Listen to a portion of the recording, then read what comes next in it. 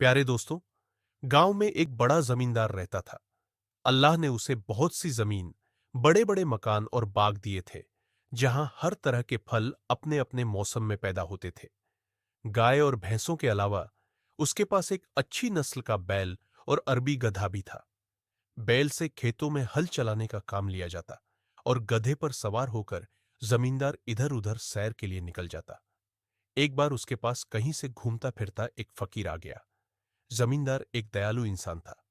उसने फकीर को अपने यहां ठहराया, उसके खाने पीने और आराम का अच्छा इंतजाम किया। 2-4 दिन बाद जब वह फकीर वहां से जाने लगा, तो उसने जमींदार से कहा, चौधरी, तुमने मेरी जो खातिरदारी की है, मैं उसे कभी नहीं भूलूंगा। तुम देख रहे हो कि मैं एक फकीर हूं। मेरे पास कोई ऐसी चीज नहीं है जो तुम्हारी सेवा में पेश कर सकूं, लेकिन मैं तुम्हें एक राज की बात बता सकता हूं।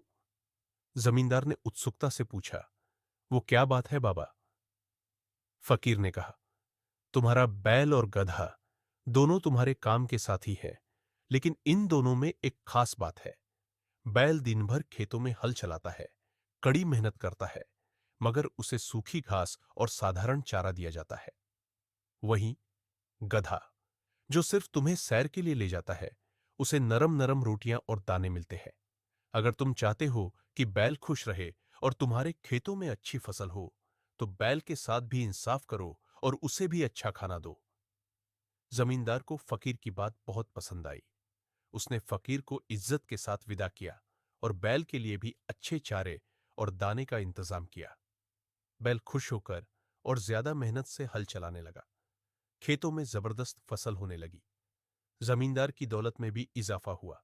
गधा भी खुश था, क्योंकि जमींदार ने उसके आराम का भी ख्याल रखा। अब जमींदार के दिल में फकीर की बातें हमेशा के लिए बस गई कि जो मेहनत करे उसका हक भी पूरा दो। इस तरह बैल और गधा दोनों खुशहाल जिंदगी जीने लगे और जमींदार की खुशहाली भी बढ़ती गई।